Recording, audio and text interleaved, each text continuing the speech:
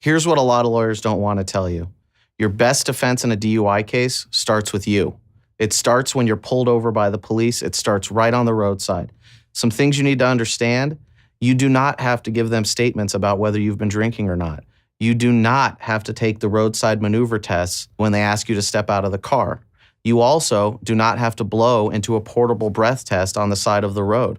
All of those things are voluntary, whether the officer tells you they are or not.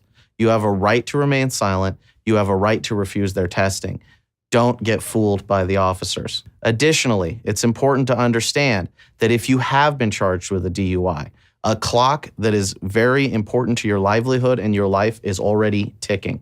There is a 7-day window from the date you were charged with a DUI until you can request a hearing on your driver's license. That is important to remember. It's different if it's a blood test, because your blood results aren't known yet, so your clock is not ticking.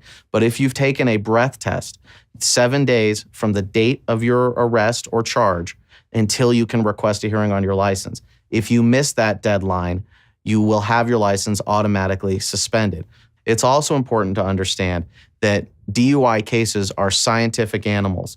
They are dealt with at a very technical level. You need an attorney who can understand how to read the printouts, know what's going on with the machines, know what's going on with the technicians, and know if there are mistakes being made in your case that you can take advantage of. It's also important to know that DUIs come with a very specific set of consequences.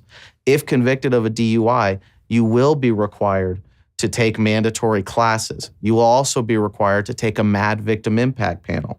Something else that they will require you to do is to take community service hours. Additionally, your insurance premiums will go up. DUI cases can affect your entire life. That's something that I understand. It's something that I know. I've handled hundreds of DUI cases. I know that while they may seem like a small case to some attorneys, to you, this is the most important thing that's ever happened in your life, and probably the biggest brush you will ever have with the courts. I understand. I respect it.